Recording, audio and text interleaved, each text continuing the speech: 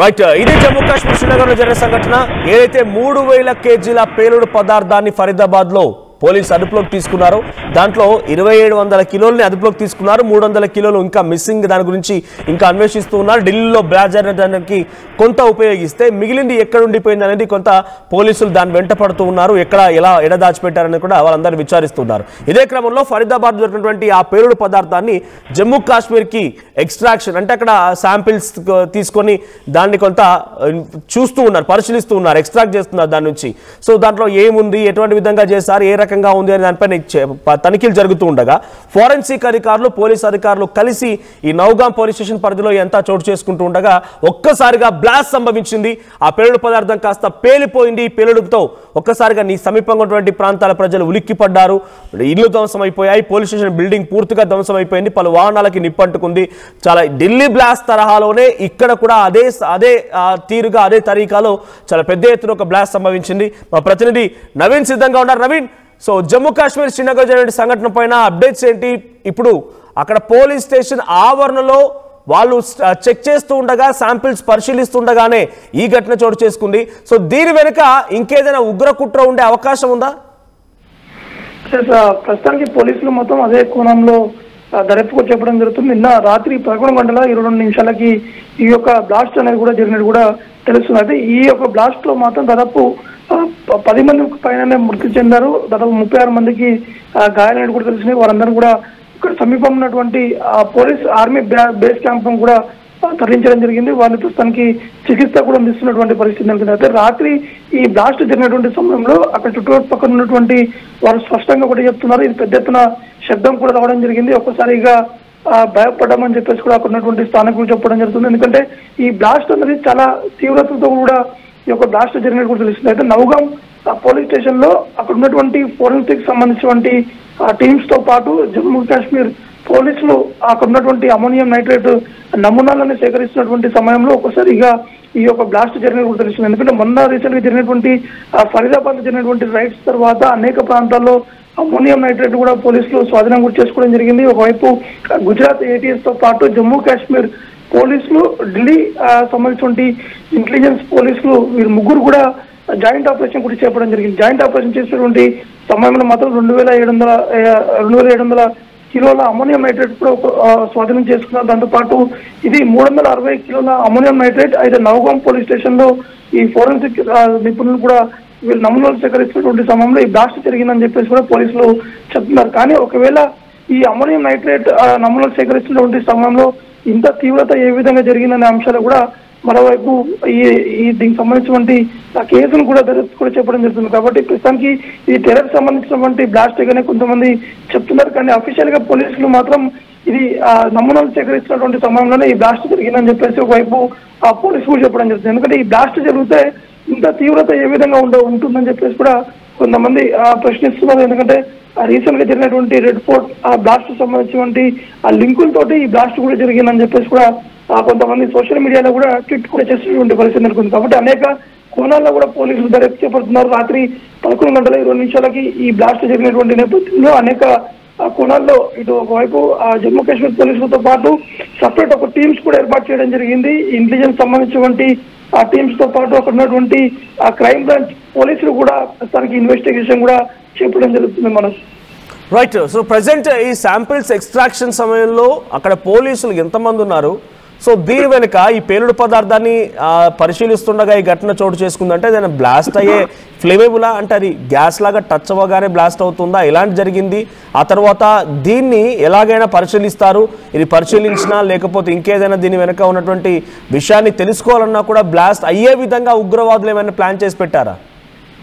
ఒకటి ఇందులో మనం గమనించాల్సింది ఏంటంటే అమోనియం నైట్రేట్ ఎక్కడైనా కూడా బ్లాస్ట్ కావాలంటే మొత్తం దానికి కొంత తీవ్రత అనేది ఉండాలి. అంటే ఒక హీట్ అనే ఉండాలి, లేదా ఏదైనా ఒక షాక్ అనే విధంగా ఉంటే మాత్రం ఖచ్చితంగా అది బ్లాస్ట్ అయ్యేటువంటి అవకాశం ఉంది. కానీ ఏది లేకుండా కేవలం నమూనాలు సేకరిస్తున్నటువంటి సమయంలో ఏ విధంగా బ్లాస్ట్ జరిగిందనేది కూడా ఇది కొంత క్వశ్చన్ మార్క్ మారినటువంటి పరిస్థితి తెలుస్తుంది. ఢిల్లీ పోలీసులతో పాటు జమ్మూ కాశ్మీర్ పోలీసులు చేపట్టినటువంటి ఈ జాయింట్ ఆపరేషన్ లోనే ఈ యొక్క అమోనియం నైట్రేట్ కూడా స్వాధీనం చేసుకోవడం జరిగింది. ఇటు పహల్గామ్ లో కొంతమందిని అదుపులోకి తీసుకున్నారు. దాంతోపాటు అనేక ప్రాంతాల నుంచి కూడా టెర్రరిస్ట్ సంబంధించినటువంటి లింకులు ఉన్నటువంటి వ్యక్తులు కావచ్చు, వారి కుటుంబాన్ని కూడా అదుపులోకి తీసుకొని అదే పోలీస్ స్టేషన్ లో ఇన్వెస్టిగేషన్ కూడా చేపట్టడం జరుగుతుంది. కాబట్టి ఇది ఖచ్చితంగా టెర్రరిస్టులు వేరే విధంగా బ్లాస్ట్ చేపట్టారని చెప్పేసి కోణంలో కూడా ఒకవైపు పోలీసు కూడా దర్యాప్తు చేపడుతున్నాం. కానీ అఫీషియల్ గా మాత్రం మనకున్నటువంటి సమాచారం ప్రకారం ఇది కేవలం నమూనాలు సేకరిస్తున్నటువంటి సమయంలోనే బ్లాస్ట్ జరిగిందని చెప్పేసి పోలీసులు చెప్తున్నారు. కాబట్టి చూడాల్సి ఉంటుంది దర్యాప్తు జరిగినటువంటి సమయంలో ఎటువంటి అంశాలు వెలుగులోకి వస్తాయని కూడా చూడాల్సి ఉంటుంది. Right, thank you Naveen. So మొత్తంగా జమ్మూ కాశ్మీర్లోని శ్రీనగర్ నౌగాం పోలీస్ స్టేషన్ ఆవరణలో ఒక భారీ పేలుడు సంభవించింది. ఈ పేలుడు దాటికి ఇప్పటివరకు 7 మరణించారు. 7 కూడా పోలీస్ అధికారులే, పోలీస్ కానిస్టేబుల్ గా లేకుంటే ఫారెన్సిక్ అధికారులుగా పనిచేస్తున్న వారే. ఇక మరో 30 మందికి చాలా తీవ్రంగా గాయాలే. పోలీస్ స్టేషన్ ఆవరణ మొత్తం కూడా మంటలు అంటుకొని పూర్తిగా పోలీస్ స్టేషన్ భవనం దగ్ధమైంది. ఆ తర్వాత పలు వాహనాలు కూడా పూర్తిగా దగ్ధమైపోయాయి. అయితే ఫరీదాబాద్ లో దొరికినటువంటి ఈ పేలుడు పదార్థాన్ని కొంత భాగాన్ని నౌగాం పోలీసులు తరలించారు. అక్కడ ఆ పేలుడు పదార్థాన్ని పరిశీలిస్తూ ఉండగా, వాటిని శాంపిల్స్ ఎక్స్ట్రాక్ట్ చేస్తూ ఉండగా ఈ బ్లాస్ట్ సంభవించింది. సో ఈ బ్లాస్ట్ దాటికి ఇప్పటికీ 7 మరణించారు. ఇంకా ఇక్కడ మరణాలు సంఖ్య పెరిగే అవకాశం కనబడుతోంది. సో ఈ స్థాయిలో ఉగ్ర కుట్రలు పెరిగిపోతున్నాయి. భారతదేశంలో ఉగ్రవాదులు చేసిన దుశ్చర్యలు రోజు రోజుకి పెరిగిపోతున్నాయి. నరమేధాన్ని సృష్టించాలని వారి యొక్క ఆలోచన మరింతగా తీవ్రంగా మారింది.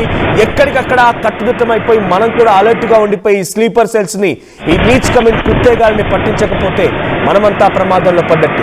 మీ చుట్టూ ఎవరైనా ఇటువంటి విధంగా అనుమానాస్పదంగా కనిపిస్తూ ఉన్నారా? ఒక దేశానికి సంబంధించి మన దగ్గరే ఉంటూ వాళ్ళు మనపైనే కుట్రలు చేయాలని ఆలోచన ఉన్నటువంటి కొంతమంది వ్యక్తులు మనం చూసాం.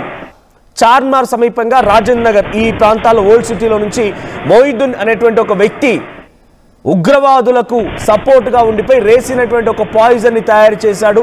ఆ పాయిజన్ ని నీళ్ళలో, ఆహార పదార్థాల్లో, కూరగాయల్లో కలిపి ప్రజలకు అందించి దాని ద్వారా ప్రజల ప్రాణాలు తీయాలనుకున్నాడు. ఇటువంటి విధంగా మన తెలుగు రాష్ట్రాల్లో కూడా చాలా మంది స్లీపర్ సెల్స్ ఉండే ఉంటారు. సో మీరు కూడా కొంత గమనించండి, ఒక కన్ను వేయండి వారిపైన.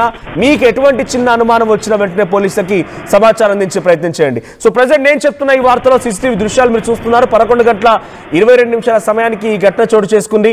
నౌగాం పోలీస్ స్టేషన్ పరిధిలో ఫరీదాబాద్ జరిగినటువంటి ఈ అమోనియా నైట్రేట్ అనేటువంటి ఈ పేలుడు పదార్థం అక్కడ పరిశీలిస్తుండగా, పోలీసులు దాన్ని చెక్ చేస్తుండగా, ఫారెన్సిక్ అధికారులు, పోలీసులు, ఇంకా వివిధ విభాగాలకు సంబంధించిన అధికారులు దాన్ని పరిశీలిస్తుండగా ఈ బ్లాస్ట్ చోటు చేసుకుంది. ఆ బ్లాస్ట్ తర్వాత ఒక్కసారిగా సమీపంగా ప్రాంతాల్లో ఇళ్లు మొత్తం కూడా ధ్వంసమైపోయాయి. Police station దగ్ధమైంది. పలు వాహనాలు పూర్తిగా కూడా ఈ అగ్నికి ఆహుతైపోయాయి. ఆ తర్వాత ఇప్పటికే 7 మరణించగా మరో 5 పరిస్థితి చాలా విషమంగా ఉంది. ఇక ప్రాణాపాయ పరిస్థితుల్లో కొట్టుమిట్టాడుతున్నట్టు తెలుస్తోంది. మరో విధంగా మరికొంతమంది కూడా క్షతగాతులను ఆసుపత్రి తరలించారు. హుటాహుట్న అక్కడికి పోలీస్ సైరన్లతో అంబులెన్స్లు అని చేరుకోవడంతో శ్రీనగర్ ప్రాంతం అప్పటి వరకు కొంత నిశ్శబ్దంగా అర్ధరాత్రి సమయంలో నిద్రిస్తూ ఉండగా ఉలిక్కిపాటు గురైంది. సో ప్రెసెంట్ ఇంకా దీనిపైన ఇన్వెస్టిగేషన్ కొనసాగే అవకాశం ఉంది. సో ఉగ్రవాదులు ముందస్తుగానే ఒకవేళ కనుక పట్టుపడినా కూడా దీన్ని ఇన్వెస్టిగేషన్ చేసే క్రమంలో పోలీసులు ఏదైనా ఇబ్బంది పడాలని పోలీసులను టార్గెట్ చేసో, లేకపోతే దీన్ని పరిశీలించే వారిని టార్గెట్ చేసో దాని లోపల ఏదైనా అమర్చారా, లేదా జనరల్గా పోలీస్ ఇన్వెస్టిగేషన్లో, పోలీస్ ఇంట్రాగేషన్లోనే, పోలీసుల యొక్క ఈ ఎక్స్ట్రాక్షన్లోనే తప్పిదాలు జరిగి పేలుడు సంభవించింది అనేది పోలీసులు నిర్ధారించాల్సి ఉంది.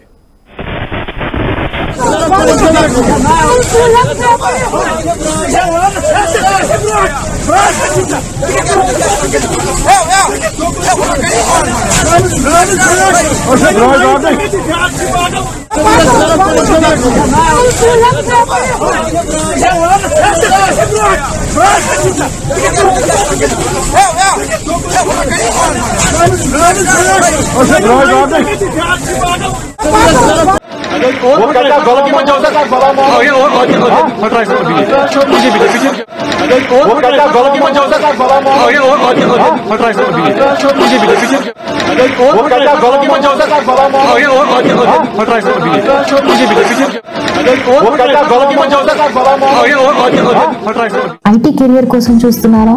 నాన్ ఐటీ నుంచి ఐటీకి మూవ్ అవ్వాలనుకుంటున్నారా? అయితే సమాధానం కోడింగ్ ట్యూటర్.